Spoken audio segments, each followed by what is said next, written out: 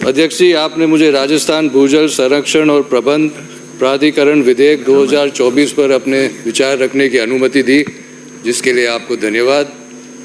सबसे पहले मैं माननीय मुख्यमंत्री जी को धन्यवाद देता हूं कि उन्होंने इतने गंभीर और इम्पोर्टेंट विषय पर एक विधेयक प्रस्तावित किया है। लेता है। हम सब जो है यहाँ विधानसभा में अलग अलग क्षेत्र से चुन के आए हैं और हम सभी का जो लोगों के साथ एक तरह के एक सीधी सी जिम्मेदारी है, सीधी जवाबदारी है।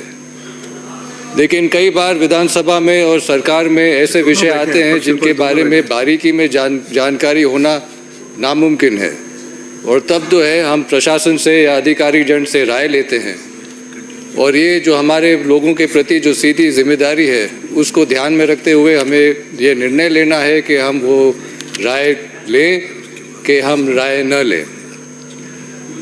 साथ ही साथ एक ये लोगों के जन भावना यह भी है कि जो प्रशासन के तौर तरीके हैं, प्रशासन के काम करने के मापदंड है वो अलग हैं, और हमें जो है यही देखना है कि ये जो हमारी सीधी जिम्मेदारी है वो हम निभा रहे हैं कि नहीं।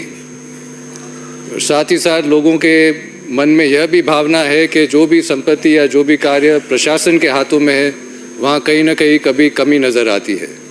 तो अगर ये जो विधेयक जो है कि राजस्थान क्षेत्र के सभी भू स्रोतों पे लागू होगा, तो मेरे ख्याल से पहले प्रशासन और सरकार को यह भी देखना चाहिए कि जो भी भूजल स्रोत उनके नियंत्रण में है, भले बावड़ी है, कुंड है कि और कोई स्रोत है, कि पहले के जो जल व्यवस्था है उन्हें सुधार लें, तो ये जल की जो गंभीरता है उसमें भी सुधार आएगा।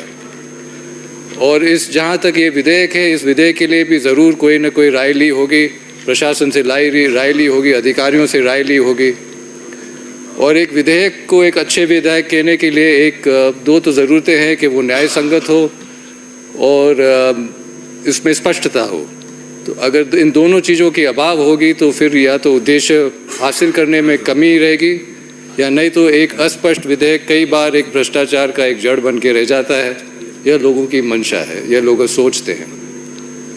तो अगर हम इनके कुछ खंड देखें, जैसे खंड नंबर 9 में लिखा गया है कि अगर गठन में कोई त्रुटि हो तो इस आधार पे कोई आवाज़ नहीं उठा सकता, प्रश्न नहीं उठा सकता है।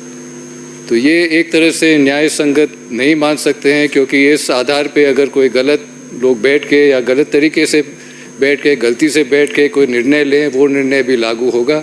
और इस खंड पे कोई न कोई कभी न कभी न्यायालय में उसको, इस मुद्दे को उठा सकते हैं, उसको चुनौती दे सकते हैं।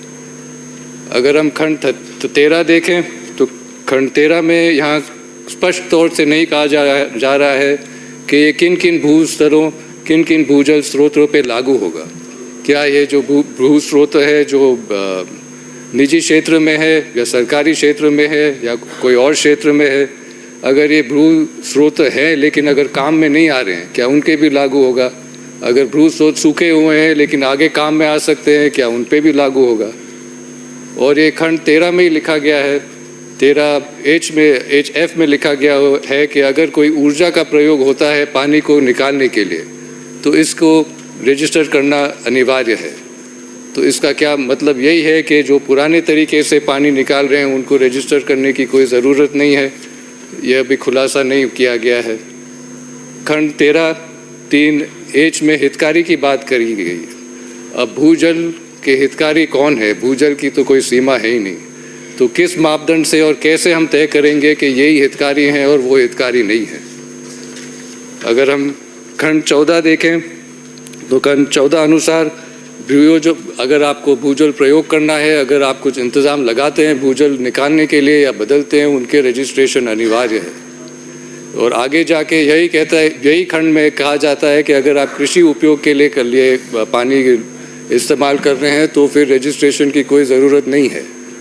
तो ये खंड जो पानी निकालने की जो इंतज़ाम है उसके ऊपर रजिस्ट्रेशन है, पानी उपयोग के ऊपर रजिस्ट्रेशन है, किसके ऊपर रजिस्ट्रेशन है। और अगर आप तकनीक बदलता रहे तो पानी खींचने के तरीके भी बदलते रहेंगे, तो हर बार नया रजिस्ट्रेशन की ज़रूरत है या नहीं है। खंड 14 में अगर हम देखें तो टैरिफ की बात की जाती है कि पानी के प्रयोग पे टैरिफ लगाया जाएगा, लेकिन कई बार जो है जो भूजल स्रोत है उसमें उनमें अलग अलग कनेक्शन नहीं है, वो एक ही कनेक्शन से अलग अलग उपयोग में पानी लिया जाता है। तो आप किस तरीके से नापेंगे कि किस उपयोग के लिए पानी लिया जा रहा है, किस तरीके से ये सब तय किया जाएगा कि किस उपयोग के लिए पानी लिया जा रहा है। और अगर आप खंड 19 में देखें तो फिर लिखा गया है कि अगर आप अनधिकृत उपयोग करेंगे तो आपके ऊपर पेनल्टी लगाई जाएगी।